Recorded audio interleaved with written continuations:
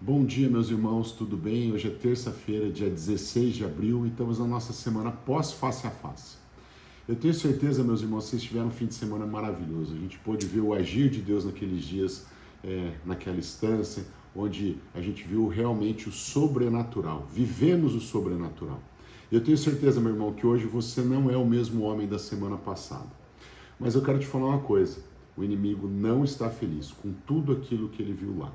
Ele sabe que hoje você é um homem diferente da semana passada, você é um homem melhor, você foi trabalhado por Deus. E quem foi servir pela primeira vez pode experimentar que servir é melhor ainda que fazer. E fica aí essa mensagem para quem fez e está com o coração ardendo. Serve, meu irmão, que Deus vai falar de novo no seu coração de uma forma diferente. Mas o nosso inimigo, ele quer roubar essa nossa bênção, ele quer roubar a semente plantada no seu coração. E como eu falei, ele é paciente, ele vai esperar a tua primeira brecha para ele entrar com tudo, meu irmão. Eu gostaria de lembrar com vocês a história de Elias. Eu gosto muito do profeta Elias. Elias, junto com Moisés, eles foram os dois maiores profetas que pisaram aqui na terra. Moisés era um homem que falava face a face com Deus.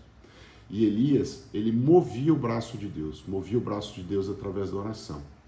E Elias viveu num tempo muito difícil em Israel, né? Um tempo onde Israel era governada por Acabe, que era apaixonado por Jezabel, uma mulher terrível, uma mulher idólatra, né? Ela era devota, não sei se essa é a palavra, devota, mas ela adorava um deus pagão chamado Baal.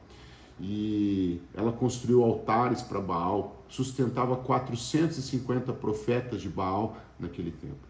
E Acabe era fazer tudo o que ela queria. Acabe era um menino mimado, né? E foi um tempo terrível para o povo de Israel. E os profetas do Senhor, mais complicado ainda, todos eles foram mortos. O único que sobreviveu foi Elias, e Elias era perseguido. Mas Elias, ele entendia o papel dele, que era levar a mensagem de Deus, principalmente para o rei Acabe. E ele tentava falar para Acabe reconhecer os seus pecados e voltar para Deus, mas Acabe não escutava ele. Então o que Elias fez? Elias orou para que não chovesse. Meus irmãos, aí vai uma mensagem que é importante. Por que Elias orou para que não chovesse? Quando a gente vai ler o texto bíblico, ele não fala ali no texto por quê, mas só fala que Elias orou para que não chovesse, e não choveu por 3 anos e meio em Israel. Baal era considerado o deus da chuva. Então, Elias, que é um profeta do Deus, o Deus verdadeiro, o Deus altíssimo, o nosso Deus, ele não vai atacar na fraqueza, ele vai no ponto forte, porque ele sabe que mesmo no ponto forte do demônio, do inimigo, do diabo, ele é mais forte. Ele é forte em todas as circunstâncias. Então, ele mostrou o seu poder já ali, quando ele fez com que não chovesse 3 anos e meio. Só que foi um tempo difícil para o povo, né? O povo sofria com fome, né? Morte, seca. Foi um tempo muito ruim. E Acabe, né, com seu coração perverso e manipulado por Jezabel, jogava a culpa em Elias. Então o povo culpava Elias, Acabe culpava Elias. Acabe, ele sabia que a culpa era dele, que Deus fez isso, permitiu que não chovesse, para que ele reconhecesse os seus pecados. Acabe sabia, mas ele queria ele tentava jogar a culpa em Elias. Elias teve que se esconder nesse período, mas Deus sustentou ele. Até que chegou um dia que Elias falou assim: não, eu quero conversar com Acabe. E você conhece a história, meu irmão. Ele chegou para Acabe e falou assim: vamos acabar com essa história aqui. Vamos ver quem que é o Deus de verdade. O Deus que eu sirvo ou o Baal que vocês estão falando aí que é Deus? Esse cara não é nada, esse aí é uma estátua de ferro, não tem poder nenhum. E ele desafiou os 450 profetas de Baal. Eles foram para o alto do monte, fizeram um altar, tinham que colocar um bezerro lá e não podia pôr fogo. Quem ia mandar o fogo era o Deus. E ficaram o dia inteiro cantando e tocando e orando e nada aconteceu.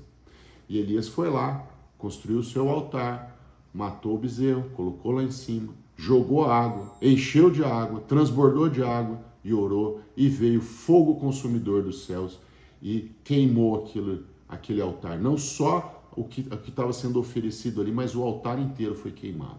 Porque o nosso Deus é poderoso, o nosso Deus não brinca. E Elias não ficou orando não, Elias orou uma vez só, porque Deus, ele escuta as nossas orações.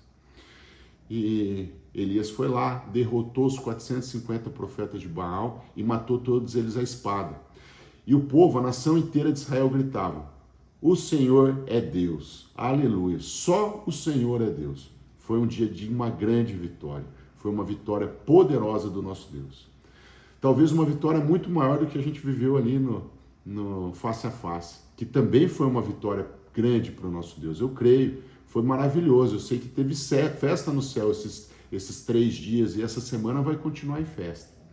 Só que nesse momento, meus irmãos, que o profeta estava exausto, estava cansado, tanto com o seu corpo cansado quanto o seu espírito cansado, ele sofreu uma ameaça. Ele sofreu uma ameaça de morte. Jezabel ficou sabendo do que tinha acontecido e falou que iria matar Elias. Nessa condição enfraquecida, o grande profeta, o homem que movia a mão de Deus, ele foi movido por um temor repentino e um desespero esmagador. Nesse momento, meu irmão, Elias ficou literalmente perdido, correndo de um lado para o outro. Mas o que aconteceu? Ele deitou debaixo de um zimbro, após orar, pedindo para Deus tirar a sua vida.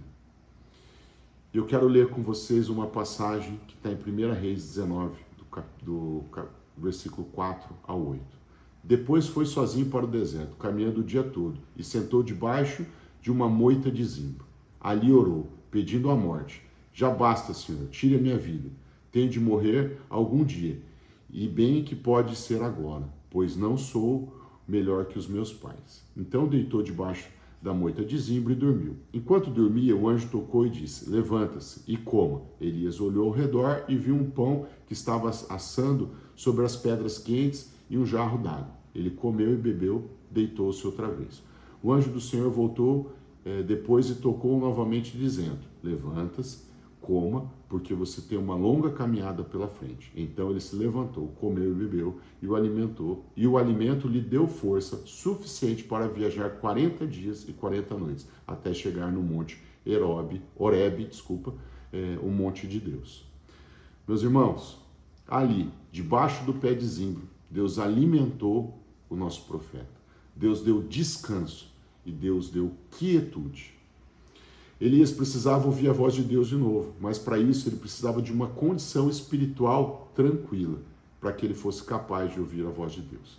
Na quietude de Deus, Elias retomou o controle da sua alma e recebeu uma nova revelação que iria mudar e ampliar o seu ministério. Simplesmente, Deus não desistiu do profeta. E eu vou te falar, meus irmãos, Deus não desiste de nós. Então, a palavra que eu tenho para dar para você essa manhã e para essa semana. Você que serviu, você que fez o face, você precisa descansar. Então a primeira palavra é descanse. Evite o excesso de trabalho, evite o excesso de celular, evite o excesso de televisão, evite o excesso de estresse, toda a situação de estresse. Tenha uma semana calma.